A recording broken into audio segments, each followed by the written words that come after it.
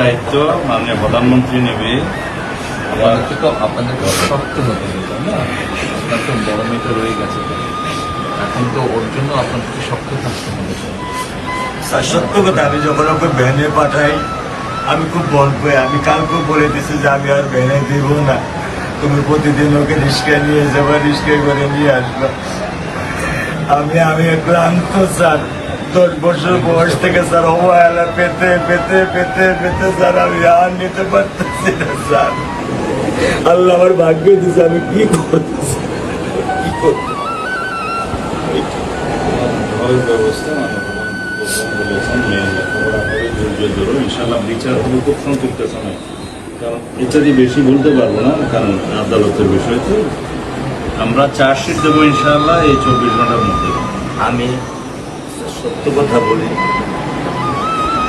আমার 55 বছর বয়সে আমি এত দ্রুত, এত সুন্দর, এত সুচারুভাবে আমি কখনো দেখিনি।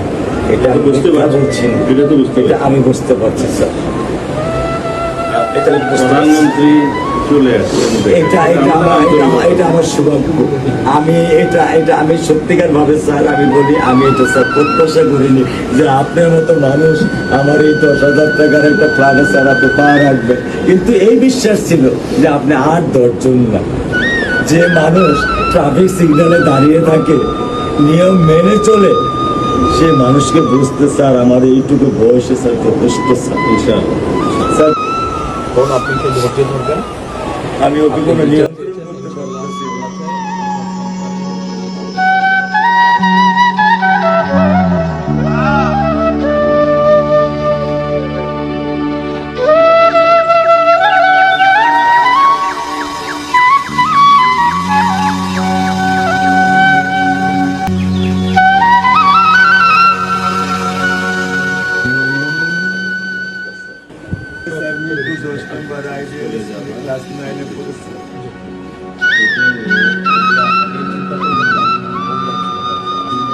বলেছেন, আপনি আপনার কষ্টের কথা বলেছেন, সেই ব্যাপারে আমরা যেটা আমাদের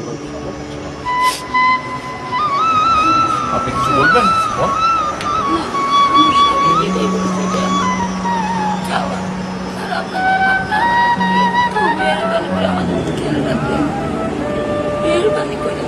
আমরা প্রথমে সবচেয়ে আগে যেটা এই মুহূর্তে আমরা করতে চাই সেটা হচ্ছে যে এই অন্যায়ের সাথে যে জড়িত তার বিচার আমরা আগে করতে চাই, তার বিচারের ব্যবস্থা আমরা আগে করতে চাই। এইটা আমরা আগে প্রথমে করতে চাই। আপনাদেরকে শক্ত থাকতে হবে, ধৈর্য দিতে হবে, ওর দিকে তাকে শক্ত থাকতে হবে।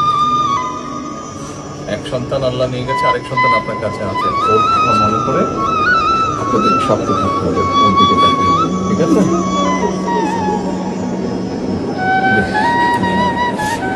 চলে আসবে, ভাই চলে আসবে।